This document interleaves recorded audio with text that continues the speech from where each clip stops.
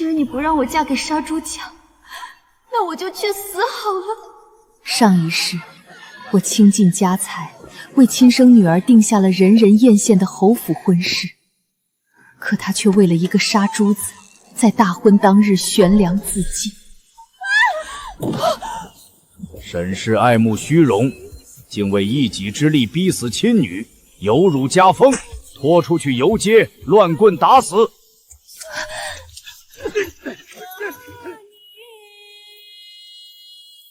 就是这个毒妇，为了攀附侯府的高枝，活活逼死了自己的亲生女儿，连自己亲骨肉都能逼死，简直丧尽天良！打死他！这种人不配活在世上！打死他！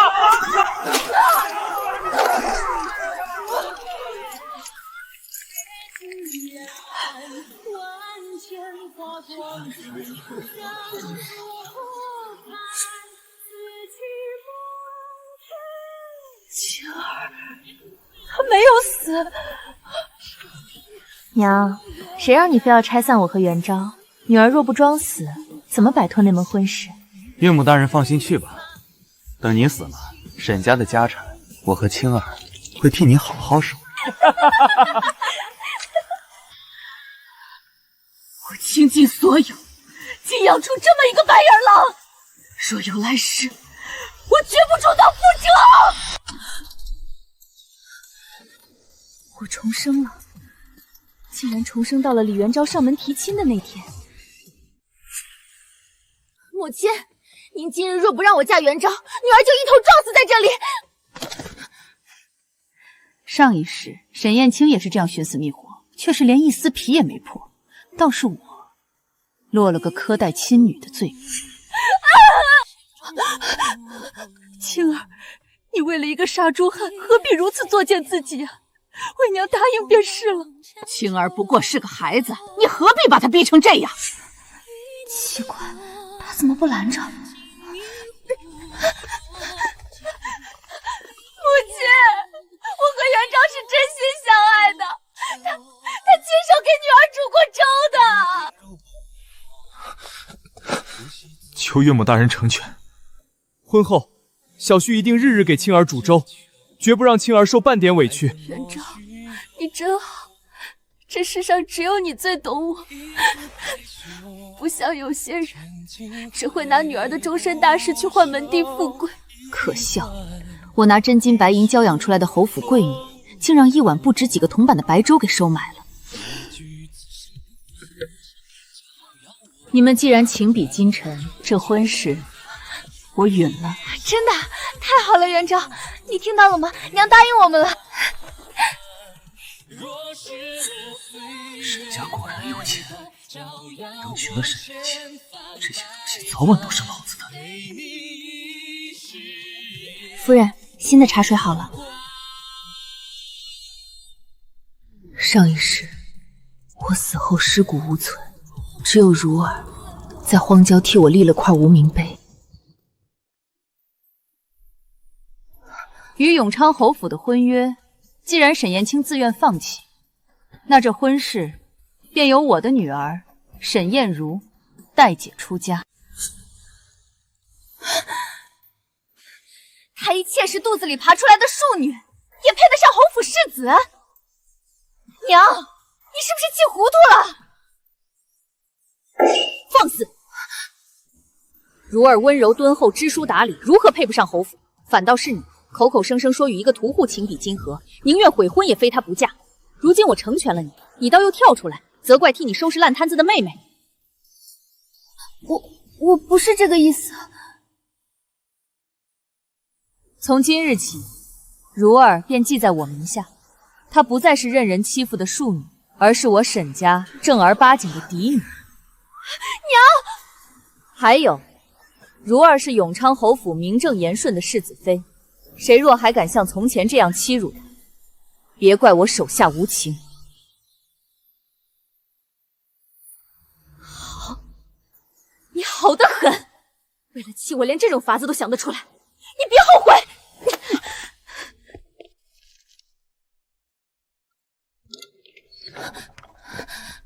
夫人，不好了。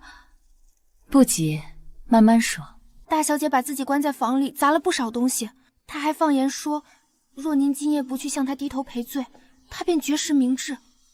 传我的话，从今日起，他房里不许送任何吃食。是。来，如儿，试试这支钗。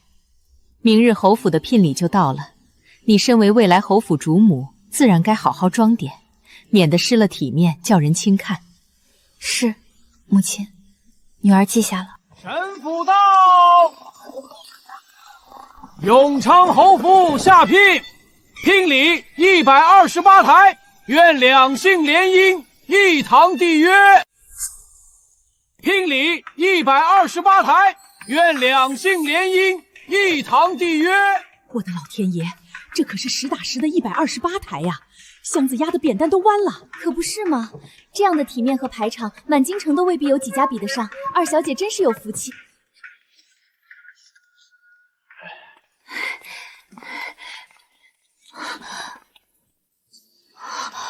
这么多，娘果然还是心疼我的。这定是苏婉华给我准备的嫁妆，故意摆出来哄我回去的。你点什么点？别碰坏了我的东西！看见了吗？娘她心里最疼的，终究还是我。我不过冷了她几日，她就巴巴把嫁妆送来，求着我原谅。姐姐，你怎能如此说母亲？那又怎么样？我可是她唯一的亲生女儿，而你永远只配捡我剩下不要的东西。如儿，聘礼点的如何了？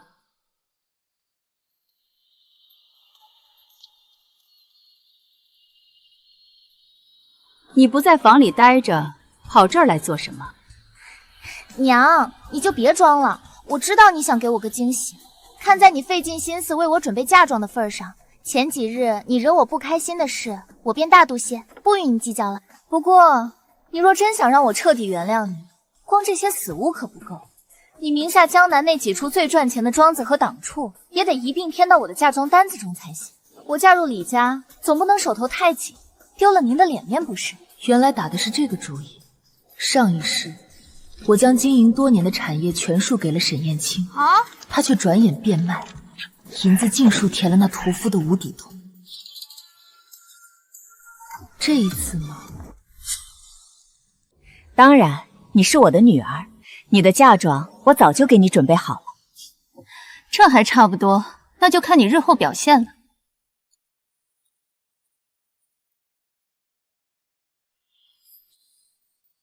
管家，老奴在。把库房里那些蛀了虫的旧布料捡出几匹来，给大小姐备着。到底是侯府出去的姑娘，嫁妆嘛，总得有一台。是，夫人。什么时辰了？迎亲的队伍怎么还没到？回大小姐，吉时已经过了。什么？前院怎么一点动静都没有？迎亲的人呢？说话呀！人都去哪里了？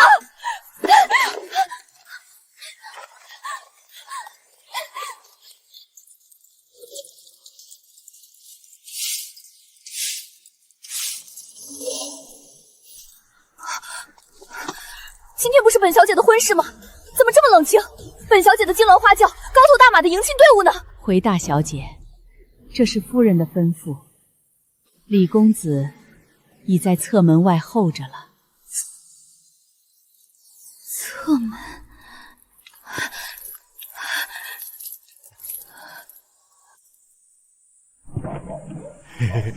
媳妇儿，俺来接你了，快上车吧。娘，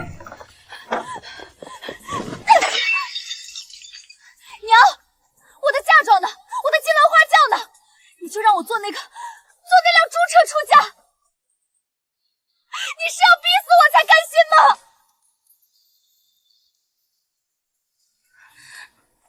嫁妆，刘管家，给大小姐备下的嫁妆抬出来吧，让她好好看看。是，夫人。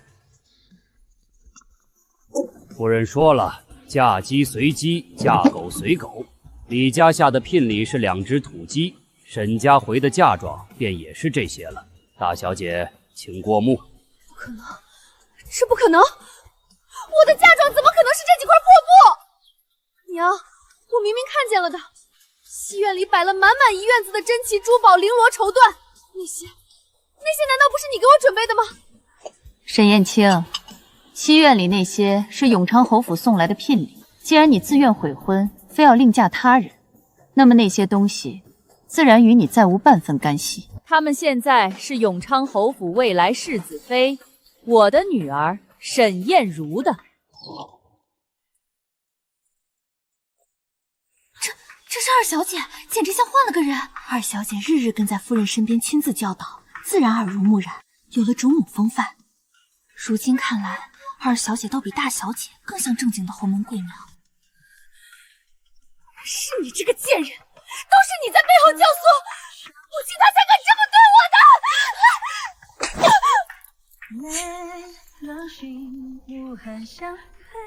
你为了一个外人，竟敢打我！外人，如儿是我苏婉华亲自记在名下，她是我女儿。你以后再敢对她出言不逊，别怪我不留情。娘，你怎么变了？你从前最疼青儿的。前世的我是沈燕青如珠如宝，含在嘴里怕化了，捧在手里怕摔了。只要她撒撒娇，流几滴眼泪，我连天上的星星都愿意摘来。可结果呢？重活一世，我不会再心软。既然是你选的路，那你就自己走到底。来人，送大小姐出嫁。好，苏婉华，你竟敢如此狠心！你今天要是不当众给我认错，我就和你一刀两断，彻底断亲。断亲？到这个时候，他还以为能用这个来要挟。母亲。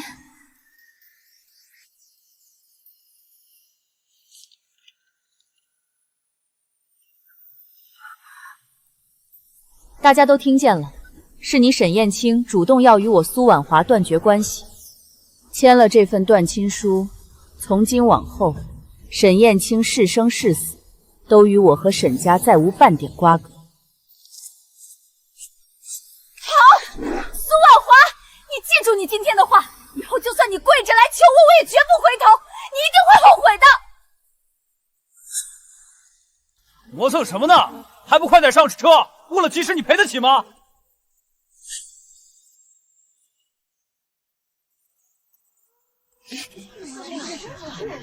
沈燕青，等你彻底脱离了沈家嫡女这层身份的庇护后，我倒要睁大眼睛看看你日思夜想的那碗白粥，你究竟还喝不喝得下？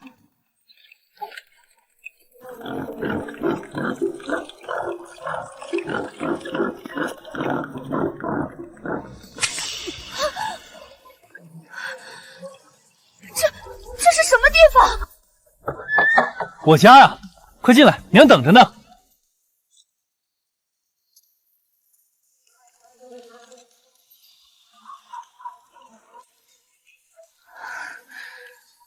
哟，这就是花了俺家2只老母鸡娶回来的媳妇儿，穿的跟个唱戏的似的，咋干活？凭什么让我干活？我长这么大从来没……闭嘴！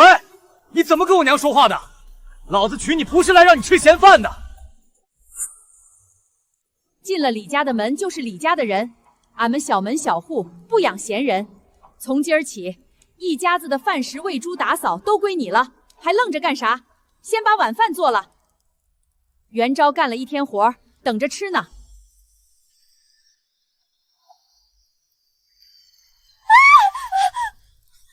笨手笨脚的，要你有啥用？真是娶了个祖宗回来！你今天要是做不好饭，就别想上炕睡觉。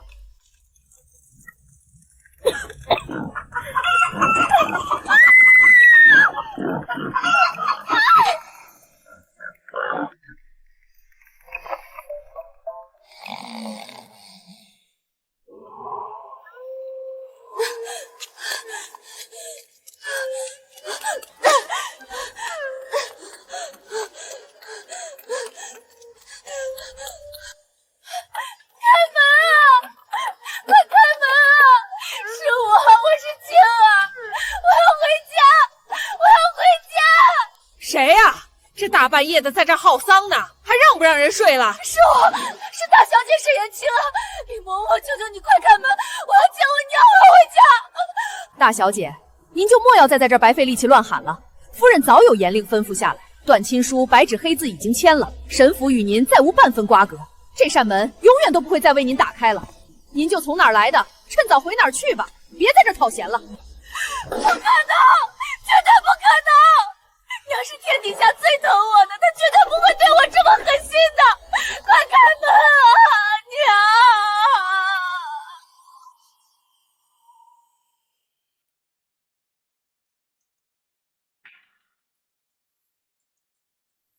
娘！娘，您看如儿穿这一身好看吗？前世我也是这样看着沈燕青穿上我亲手绣的金丝嫁衣。娘，好看吗？好看，我们家青儿最好看了。可那身嫁衣最后被她剪了，精心拆去，给李元昭换了酒钱。娘，您的脸色怎么这么苍白？是不是哪里不舒服？没什么，娘没事，就是突然想起了一些不高兴的旧事罢了。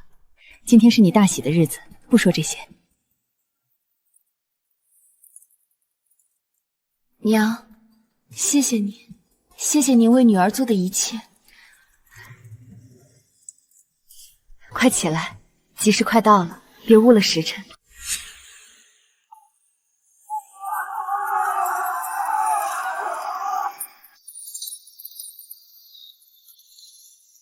天哪，这排场，这得多少盘嫁妆啊！听说沈家这位新任的嫡女沈燕如，不仅人长得像天仙一样，还贤良淑德，和侯府世子真是天造地设的一对璧。可不是吗？比之前那位非要死皮赖脸嫁给城东屠夫的强到天边去了。真不知道，原来那位大小姐脑子里装的什么浆糊。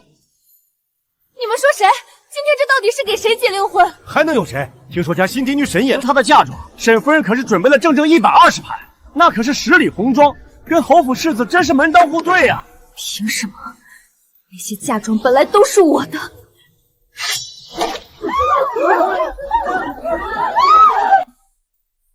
夫人，不好了，前面有个疯女人拦住了花轿和世子的马。什么人如此大胆？好像是大小姐。世子殿下，你娶错人了，你绝对不能娶她。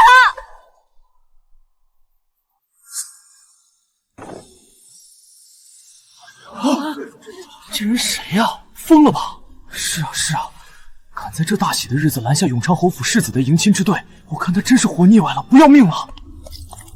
哪里来的疯妇，在此胡言乱语，冲撞仪仗，还不快给本世子拖下去！世子殿下，您被他骗了。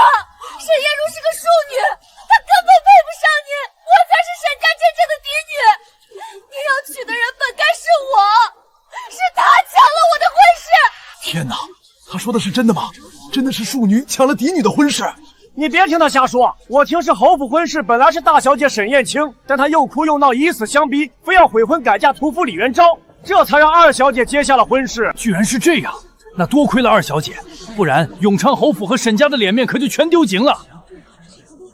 沈燕青悔婚改嫁李元昭的事情早已在京中闹得沸沸扬扬，如今在李承泽眼里，她不过是个跳梁小丑。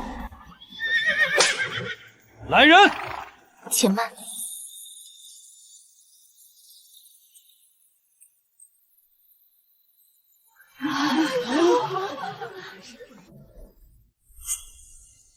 姐姐，你口口声声说世子娶错了人，那妹妹倒要问一句，当日在我沈家正堂，是谁亲口立誓，宁死也非李家郎君不嫁？又是谁以头撞柱，以死相逼，迫使母亲不得不忍痛成全，毁了与侯府的婚约？姐姐今日拦在此处，大闹我的婚仪，是全然忘了自己当日的誓言，也忘了你如何逼母亲签下的那份断亲书了吗？母亲，这是……如儿，今天沈燕青绝不会甘心，必会来闹。这断亲书正是堵住天下油油之口最好的实证。对，我那天就在沈家附近干活，听见动静了，就是他主动要断亲的，自己选了杀猪的，现在看妹妹10里红妆风光大嫁，又反悔跑来闹。天底下哪有这样的道理？真是不孝啊！把亲娘气成那样，逼着签了断亲书，现在还有脸来撒泼打滚？呸！你胡说，都是假的！是沈颜如这个贱人嫉妒我，她在母亲面前搬弄是非，挑拨我们母女感情，娘才会一时糊涂。娘，女儿知道错了，我那日说的都是气话呀，当真就那么狠心，当真就不要青儿了吗？娘，我才是您身上掉下来的肉，是您唯一的亲生女儿啊！唯一的亲生女儿，真是可笑。沈燕青，当你污蔑我逼死你，看着我被人活活打死的时候，你可曾有一刹那想过我是你的亲生母亲？娘，你胡说什么？沈燕青，你听清楚，你我之间的母女情分，早在你按下那份断亲事手印的时候就已经断了。世子殿下，我已经和沈燕青断亲，不必顾忌我，该如何处置，你下令吧。不可能，他怎么敢？他以前最怕我难过。来人，将这疯妇拖走！若再敢纠缠，以搅乱治安论处，直接送入京兆府大牢。不，放开我！娘救我！我知道错了，我真的知错了，我再也不闹了。你原谅我这一次，我是你女儿啊！苏婉华，你怎么能这么狠心？你不能这么对我！你们听说了吗？那沈家原先的大小姐竟然在世子大婚当日去拦世子的花轿，京城都传遍了，谁不知道？他这下名声是彻底大街了，连带着他嫁的那个李元昭也成了笑话。那李屠户啊，他那几天躲在家里门都不敢出，觉得丢人现眼极了。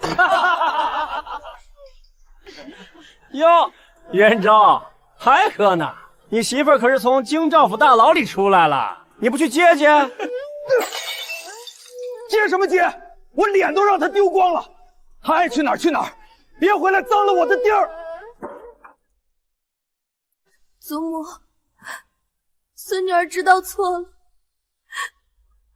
外面的人都要逼死我，李家也回不去了，求祖母给孙女儿一条活路吧。到底是我沈家的血脉，流落在外像什么样子？去，带她梳洗一下，换身干净衣裳。就住到后院厢房去吧。老夫人，夫人那边，这个家我还做得了主，婉华那边我自会去说，总不能让外人觉得我们沈家真的刻薄到把亲孙女逼上绝路。谢谢祖母，谢谢祖母收留，孙女以后一定好好孝顺祖母。起来吧，孩子，回来就好。以后啊，安心在祖母这儿待着。大小姐，夫人今日身体不适，不见客，您请回吧。我又不是客，我是来给母亲请安的。你再去通传一次。夫人特意吩咐了，谁都不见，尤其是您，请您别为难奴婢。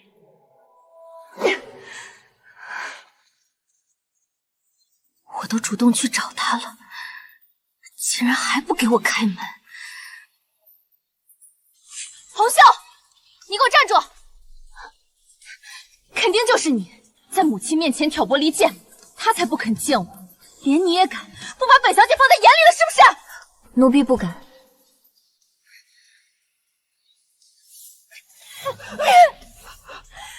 我让你不敢！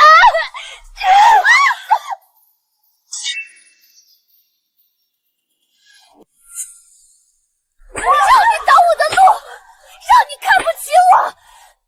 今天我就替母亲好好教训你这不知尊卑的丫鬟！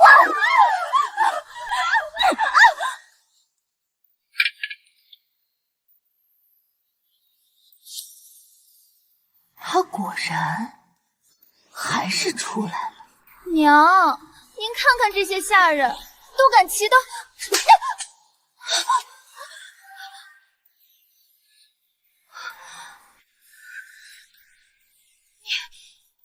你敢打我？我说过，你再敢欺负我的人，我不会手下留情。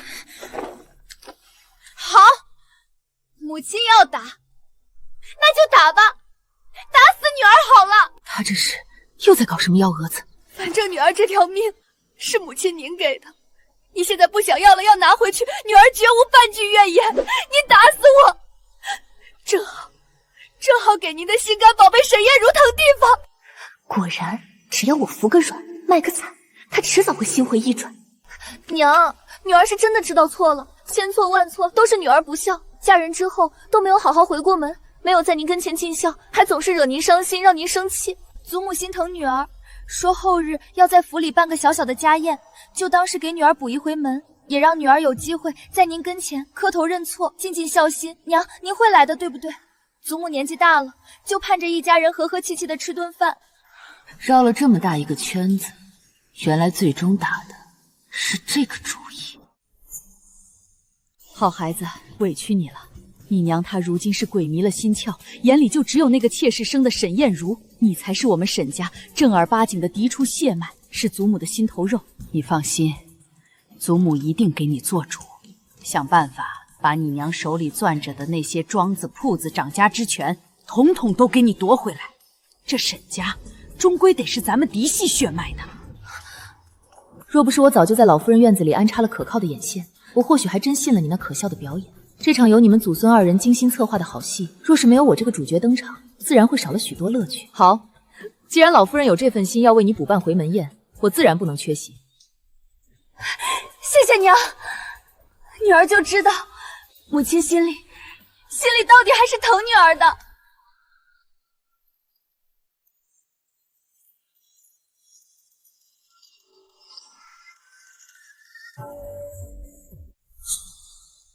哟，咱们沈家的大忙人终于肯露面了，还以为你如今攀上了侯府的高枝，眼里早就没了沈家，没了我们这些不中用的老骨头了呢。如儿、承泽，来，见过几位长辈。这位是你们的二叔公。二叔公，婉华，不是我说你。燕青丫头，好歹是你身上掉下来的亲骨肉，纵有千般不是万般过错，你做母亲的也该多包容、多教导，何至于闹到签什么断亲书，让外人看尽笑话？没错，苏氏，你如今行事是越发没有章法，乖张跋扈，眼里可还有沈家祖宗家法，可还有我们这些长辈？好了，都少说两句。今日是家宴，莫要伤了和气。婉华，我知你不易。你到底是沈家的主母，长着中妇，劳苦功高。可你如今的心思，恐怕早就不在沈家这1亩3分地上。燕如嫁得好，你少不得多为她操心打点。咱们沈家这摊子琐碎事务，你怕是也力不从心，顾不过来了。不如这样，你就先把管家对牌和账本，暂且交给燕青管着吧。她到底是咱们沈家正经的嫡出姑娘，有我和几位叔伯长辈在旁边帮衬看着，出不了什么大错。你们怎么？刘管家，去我房中将存放管家对牌所有账册的匣子以及各库房的钥匙全部取来，现在就去。他怎么答应的这么干脆？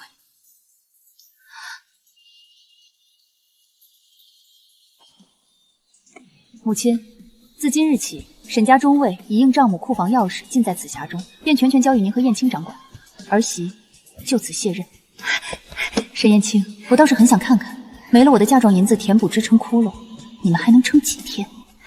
娘，您就放心吧，沈家在我和祖母手里，必然会比在您手里更加兴旺发达。您就好好享清福去吧。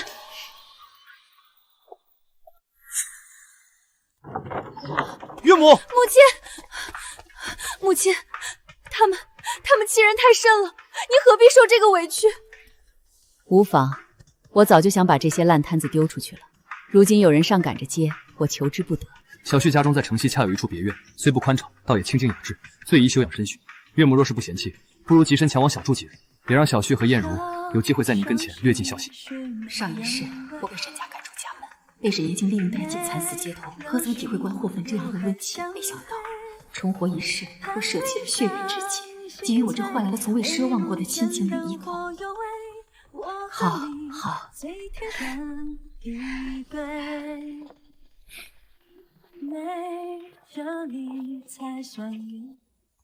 母亲，这是上个月您交给女儿打理的那几间绸缎庄和香料铺的账，您看看。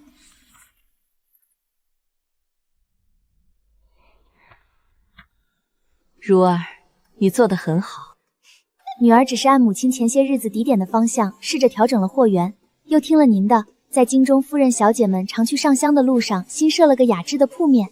没想到反响竟这样好，这利润比从前翻了几番都不止。母亲，您真是神了！您说的那些未来什么行业会兴起，朝廷可能有什么新政，桩桩件件好像都在慢慢应验。我不过是比你多活了几年岁，多看了些人心起伏、世事变迁罢了。这些经验，如今能帮到你，便很好。如儿，女子不易，多学些经营的手腕，多长些看事的见识，总不会有错。记住，夫家的倚重是运气，但唯有自己真正能握住、能掌控的东西，才是最靠得住的立身根本。母亲的教诲，女儿字字句句都记在心里，定不负母亲期望。夫人，神府那边出大事了。夫人，自从大小姐彻底掌了沈家中贵，没出3天就把李元昭的爹娘还有2个游手好闲的兄弟全都接进了沈府正院住住了。沈府没了夫人您各处产业每月的收益进项贴补，哪里经起他们这样挥霍，很快就见了底。他们没钱就到我们的银庄闹事去了。沈小姐，小的再说一次，这是苏夫人的私产，所有账目印信皆与沈家公账无割。您没有苏夫人的亲笔病证或印鉴，柜上是1文钱也不能支给您的。您请回吧。你看清楚了，我现在是沈家的当家主母，沈家的一切都归我管，这银庄的收益自然也该归入沈家宫中，你们敢不认？小的只认苏夫人的规矩，李夫人若有何异议，不妨请苏夫人亲自前来吩咐。伙计，送客。你们给我等着！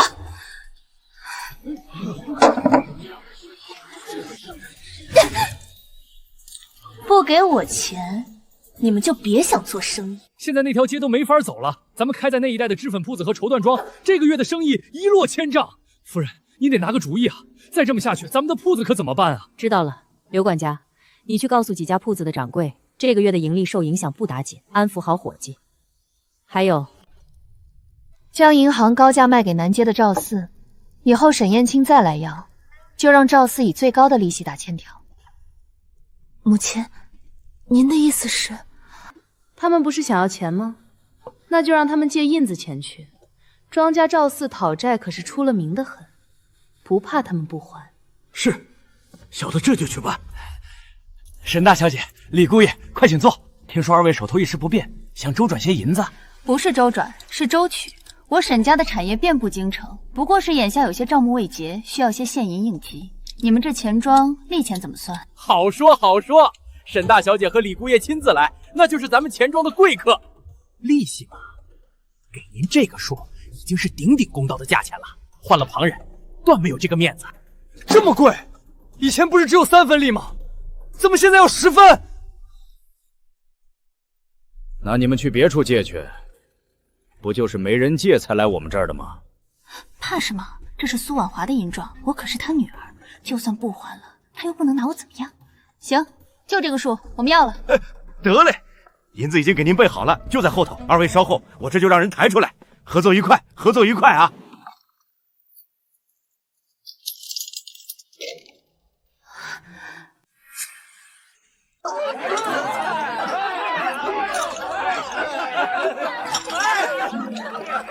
哎呦，这大户人家吃的玩意儿就是细致，甜滋滋的，比咱们那杀猪巷的猪血糕好吃多了。兄弟们，你们就放心在这住着，以后这就是咱们自己家，看见没？还是我媳妇儿有本事，一出手就是这么多真金白银。那是，我儿媳妇可是沈家正经的嫡小姐，能一样吗？祖母您看，这匹云锦多衬您，还有这对玉如意摆在您屋里最合适不过了。孙女儿如今长了家，第一件事就是想着孝敬您，比你那个眼里没家的娘强多了。这家呀，交给你，祖母就放心了。祖母，您下个月就是60整寿了，这可是大日子。咱们沈家如今在孙妹手里，一定要给您风风光光、热热闹闹的办一场，把经理有头有脸的人家都请来，也正好让某些人瞧瞧，谁才是真正撑得起沈家门面的人。是这个理儿，那这事儿就交给你去办，务必办得体面，不能让人小瞧了咱们沈家。祖母放心，包在孙妹妹身上，定让您老人家脸上有光。明日是我们家老夫人60寿诞，在府中大摆宴席。我家小姐说了，请你们去见见世面。你好，告诉你家小姐，明日我们会准时到。他们真是太过分了，怎么可对母亲你这么无礼？无妨，如儿，明日要不要随我去沈府看一出好戏？好戏？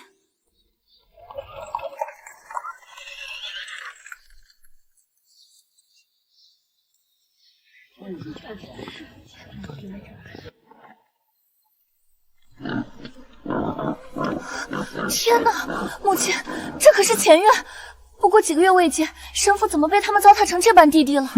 果然是群上不了台面的东西。走进去看看。哟，母亲和妹妹可算来了，让女儿好等。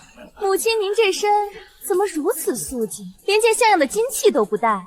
您那位侯府的好女婿，莫不是连给岳母打件首饰的银子都舍不得出吧？给母亲贺寿，公主福寿安康。还知道来，算你们还没忘本。坐吧。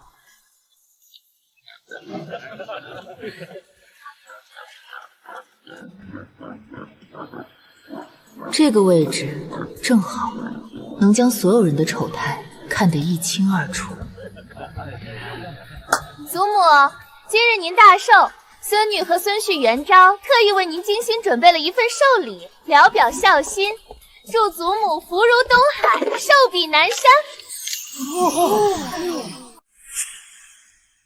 天哪，这红珊瑚怕是宫里也少见，还有那东珠，每一颗都够寻常人家吃用一辈子了。沈家这位新当家的大小姐手笔可真不小啊，看来沈家在她手里是真兴旺了。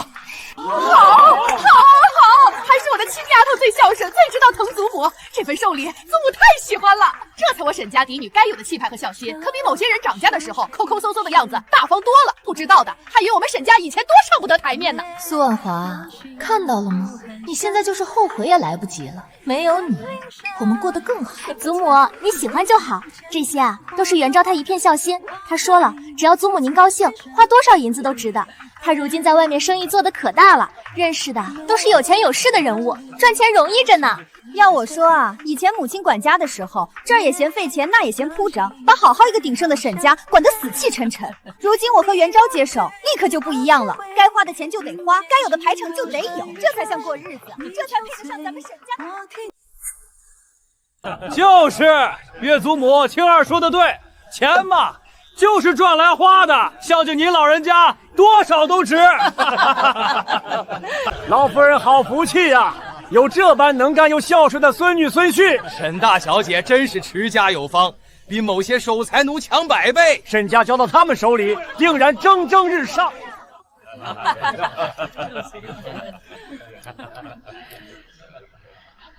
算算时辰，赵四那边也该收到风声，该来了。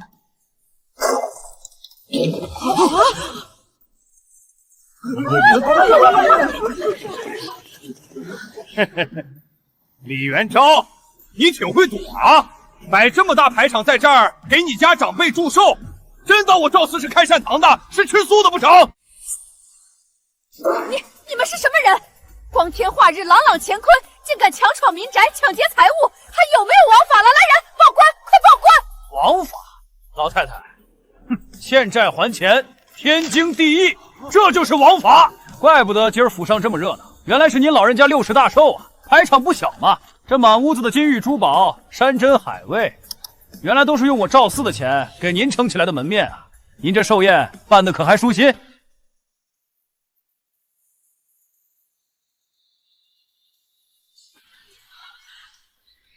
你们，老夫人！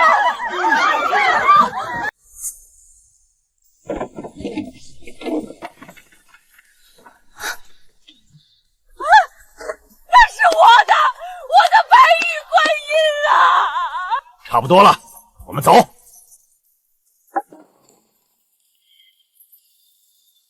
等一下，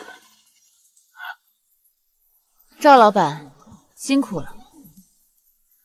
这2个人影响了我家的生意，这里是500两，希望你能给他们一个教训。夫人爽快，这个忙赵某帮了。戏看完了，我们走吧。爷，他们下手怎么这么狠？元昭，咱们可怎么办啊？我怎么知道？还不都是你？你不是说你娘不会让我们还的吗？我怎么知道娘她那么狠心啊？反正我不管，这钱你必须让你娘出了。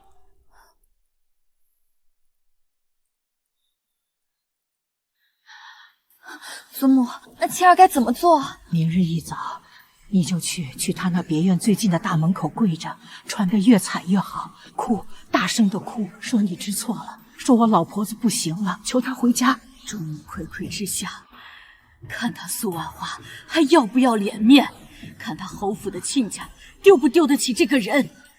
只要舆论起来了，不怕他不出血。祖母，孙女儿明白了，孙女儿一定照做。娘，女儿知错了，女儿千错万错，求你原谅女儿吧。祖母，她病得快不行了，嘴里一直念叨着您啊，求求你回家看她一眼吧，娘。嘿，这不是沈家那个非要嫁屠夫还拦妹妹花轿的大小姐吗？怎么还有脸来这儿哭啊？活该，自己把家业败光了，现在知道来求娘了，早干嘛去了？瞧这姑娘哭的也真是可怜，身上这衣服破的，怎么说也是亲娘，心也太硬了。就是啊，老人家都病重了，回去看一眼能怎么着？到底是一家人，打断骨头连着筋呢。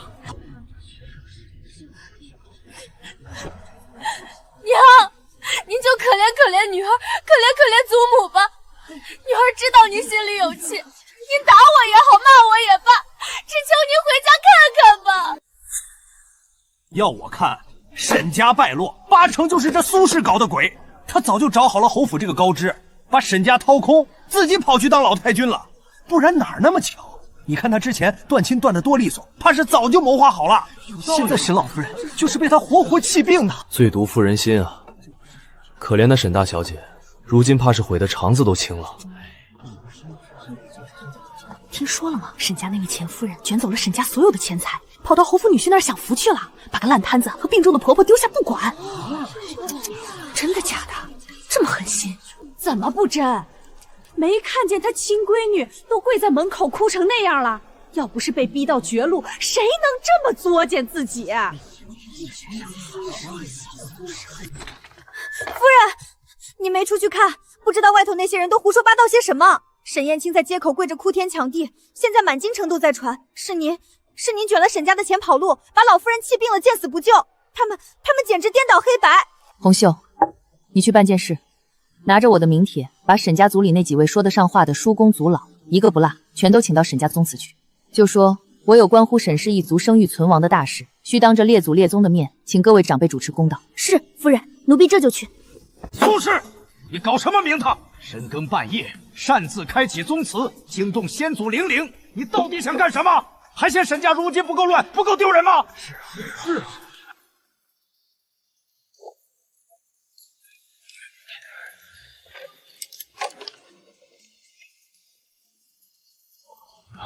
这些账本，他怎么都搬来了？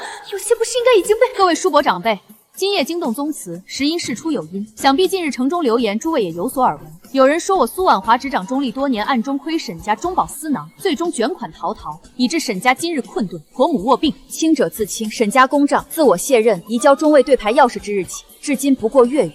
而这短短月余，沈家竟以债台高筑，欠下10000两白银之外债，更引得债主白日闯宅，惊扰寿宴，令沈氏门楣蒙羞。既有人疑我，那今夜我们便当着沈家列祖列宗之面，将这笔账算个清清楚楚。如果证明是我苏婉华亏空了沈家，我在此对祖宗发誓，10倍偿还，绝不抵赖。可若是账目不清，那便得问问这1个月沈家的银子到底流进了谁的口袋。你这毒妇！苏婉华，你是真想逼死我们沈家满门啊！深更半夜开宗祠查公账，闹得祖宗不得安宁，家宅不宁。你是非要让沈家成为全京城最大的笑柄才甘心吗？母亲如此激动，究竟是怕惊扰了祖宗，还是怕祖宗们会看见某些本不该出现在沈家公账上的不干净的东西。你胡说什么？我能有什么不干净？我掌家多年，沈府上下都有我的探子，他们拿着我的钱去做了什么，我早就记得一清二楚。我任由他们中饱私囊，甚至故意在账上留漏洞，就为今日能在祖宗面前把这座表面光鲜的斋院掀个底朝天。二叔公、三叔公，各位叔伯，既然要查，就要查个彻底，查个明白，才对得起祖宗，对得起沈家清誉。刘管家虽熟账目，但有些旧年细节，或许还需更专业之人。小人陈明，曾任沈家库房总掌柜20年，蒙历代主家信任，所有银钱出入实物盘点账目，皆经小人之手。这些是自老小姐掌家之前至苏夫人卸任当日，沈家公账及各处产业、库房全部详细附册，请各位族老过目。陈掌柜，念念吧。是。3月初5，沈二爷在城西千金赌光，输银850两。你这是胡说！3月初10，三少爷沈文斌经查，此500两于当日流入百花楼。3月15，老夫人房中李嬷嬷支取200两，用途寿宴采买，实则为其子偿还赌债。3月18，大小姐沈燕青支取1000两，用途人情往来，实则交付姑爷李元忠，用途不明。陈掌柜，还有最后一笔。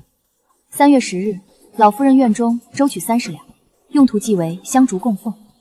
可据我的人回报，那30两是老夫人赏给知音斋柳公子。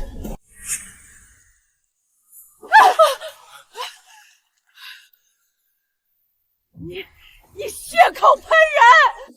苏万华，你这个毒妇！是不是血口喷人？母亲何不亲自看看？这账册上一笔一笔记得清清楚楚。自10年前，你以鉴赏雅乐为名，频繁招请戏班乐户入府，每请一次，公账上便有数十两至上百两不等的赏钱。兄长去世史上不足3年，而这账册记录竟长达10年，你怎么如此不知廉耻？李嬷嬷，扶我起来。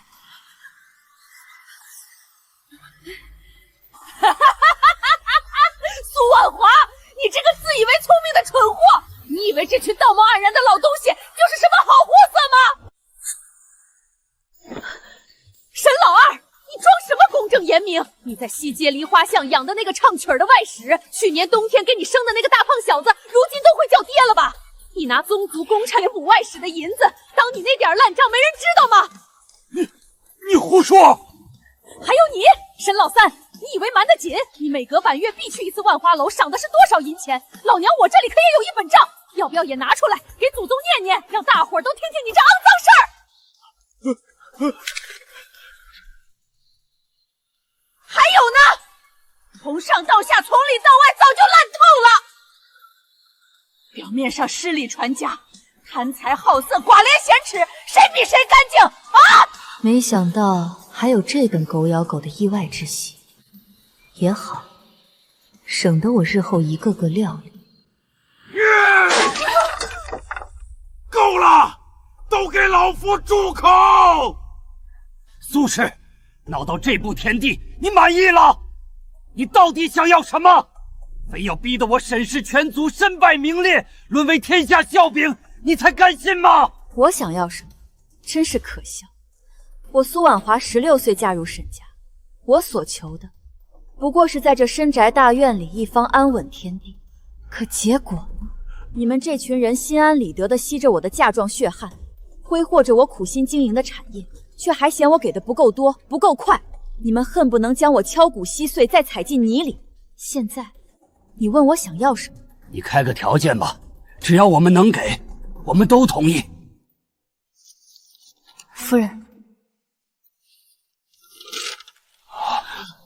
我要与沈家彻底断亲。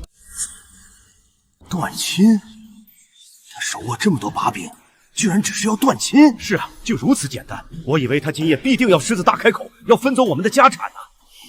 好，好，老夫第一个成全。此等家务纷扰，确实不宜再纠缠下去。我签，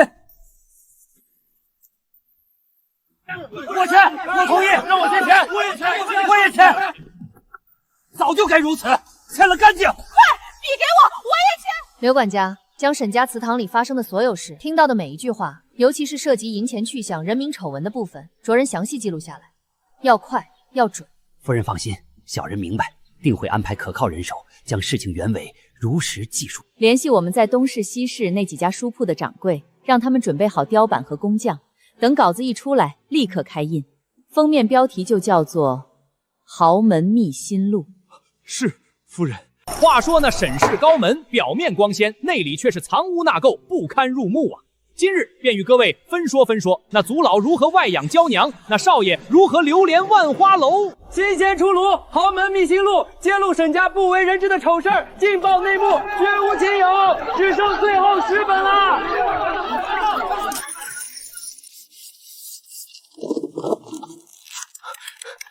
快，再加印1000本，不，2000本，这势头怕是还得涨。母亲，您不知道，如今外头可热闹了，沈家那些事儿传得沸沸扬扬，连宫里几位交好的娘娘今日见了我，都旁敲侧击的打听呢，一个个好奇的不得了。如儿从前身为庶女，在沈家受尽了冷眼和委屈，沈家的荣光她未曾沾到半分。如今沈家臭了，她却可能因为沈家而被人指指点点。如儿，你如今是侯府世子妃，与沈家再有牵扯，只会徒增烦扰，甚至污了你的名声。你可愿意从此舍了沈姓，改随母姓，姓苏？女儿愿意，女儿只想做母亲的女儿，与沈氏再无瓜葛。好孩子，母亲带你回家，回我们苏家。岂有此理！沈家竟如此欺辱我苏家女儿，婉华，你受苦了。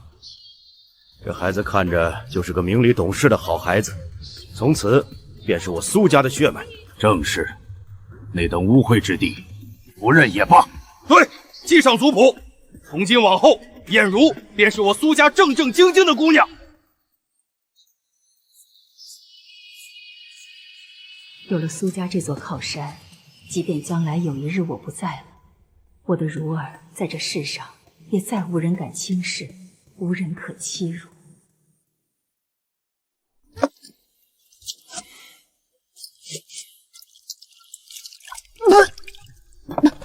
李屠户，今儿个该还钱了吧？赵三爷可等着呢。三位兄弟，再宽限2日，等这批肉卖了。宽限？老子看你是不见棺材不掉泪！走！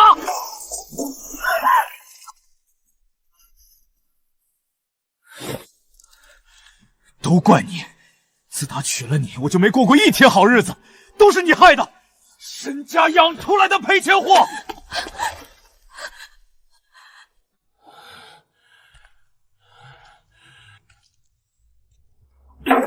磨蹭什么？想饿死我？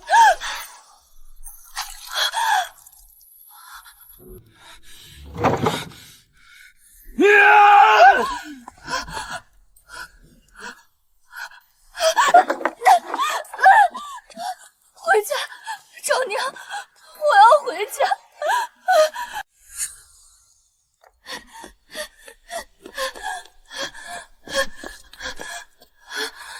娘，救我，救救我的孩子！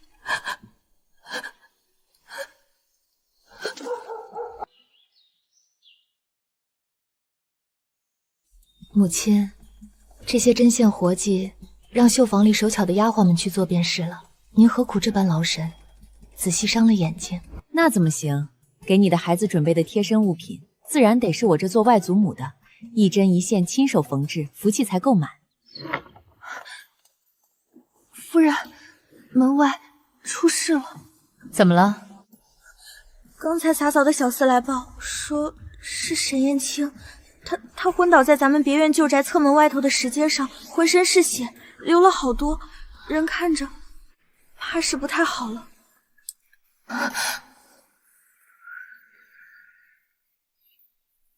娘，您若是不想见他，不愿理会，女儿去处理便是。不必。红袖，吩咐下去，让几个稳妥的婆子将人小心抬进来，安置在西厢客房。是，夫人。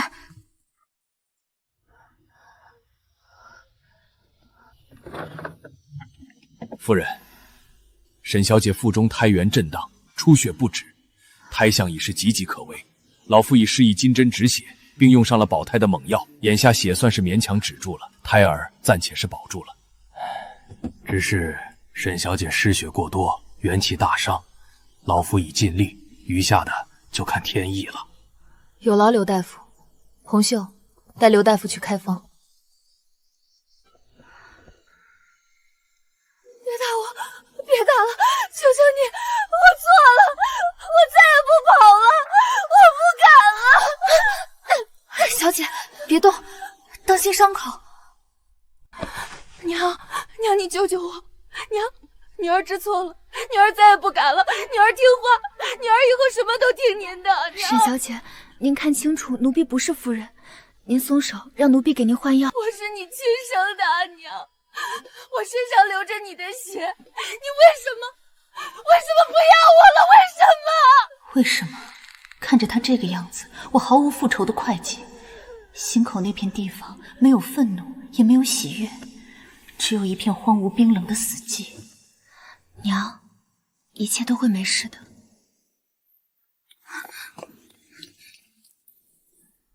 夫人，不好了，李元昭在府门外闹起来了。沈燕青，你给我滚出来！生是我的人，死是我的鬼，躲到天王老子家里也没用。侯府了不起啊，侯府就能强抢民妇了，还有没有王法了？赶紧把我的婆娘交出来，再赔500两银子给我治腿，不然我天天来敲锣打鼓的来看你们侯府要不要脸。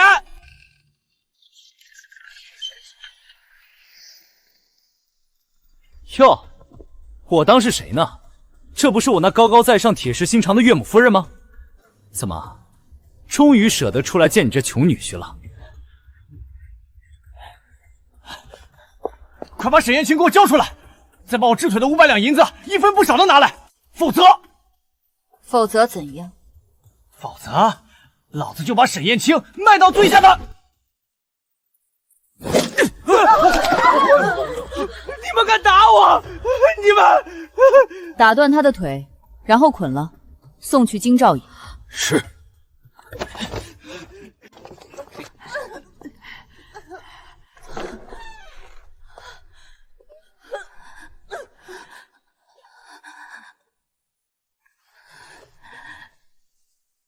娘，别说话，省着力气。娘，你听我说，我最近总做一个梦，好可怕的梦。我梦见娘死了，好多人围着娘骂娘，朝娘扔东西，娘流了好多血。梦里娘在哭，在求我，可我还在笑。我站在旁边和元昭一起在笑。还好那是梦，还好是梦，娘还活着，娘还好好的。对不起，娘，对不起。出来了，是个小千金。娘，求你照顾好她，女儿下辈子再给您赎罪。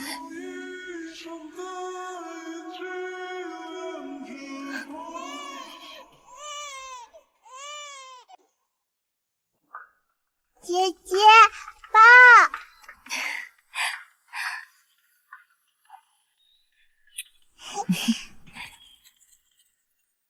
那些前世的背叛与仇恨，都仿佛变成了很远很远的故事，只剩下眼前儿女相伴，孙辈绕膝，欢声笑语，岁月波澜不惊，面长而安稳。